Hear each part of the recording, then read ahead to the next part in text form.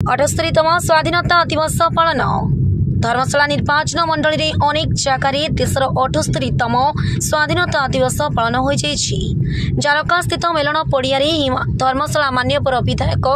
श्री हिमांशु शेखर साहू द्वारा पताका उत्तोलन कार्यक्रम आरंभ होता बेले उक्त उत्सव में धर्मशाला अंचल समस्त विद्यालय पिला प्यारेड रे अंश ग्रहण करथिले। मुख्य अतिथि भाव जाजपुर सांसद श्री रवि नारायण बेहरा जोग देथिबा बेले सम्मानित अतिथि भाव धर्मशाला थाना अधिकारी श्री तपन कुमार नायक वीडीओ श्री देवेंद्र प्रसाद बल एवं धर्मशाला तहसीलदार योगदान करी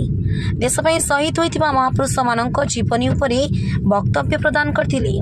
उक्त कार्यक्रम में बहु सांबादिक समाजसेवी प्रशासनिक अधिकारी धर्मशाला सीआरपी संघ एमबीके संघ जारका इनर व्हील क्लब समेत अनेक छात्र छात्री को संबर्धित कराଯାଇथिला। निश्चय आज 78तम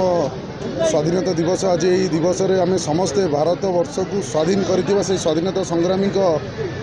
मन पकई आज धर्मशाला गोटे निरा भाव में गोटे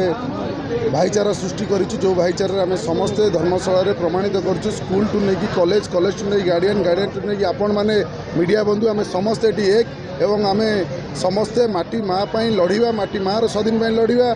धर्मशाला ओडिशा भारत पर लड़िया ये गोटे धर्मशाला माटी संदेश गला आम समस्ते एक भारत माँ सबू संतान आम समस्ते एक जो मैंने आम लड़ी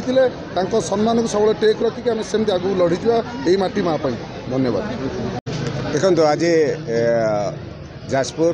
धर्मशाला माटी जारका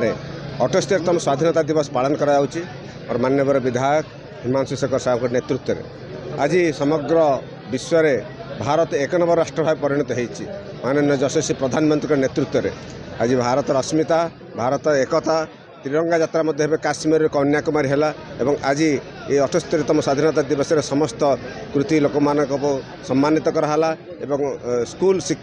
पिला मानक मध्य गोटे वातावरण सृष्टि है आम भारतीय और आम भारत मातार संतान भारत को 2029 एक नूतन भारत कर गढ़ी तोलिबा यही आशा आकांक्षा। जाजपुर मीरखंडिया रिपोर्ट संघर्ष टीवी।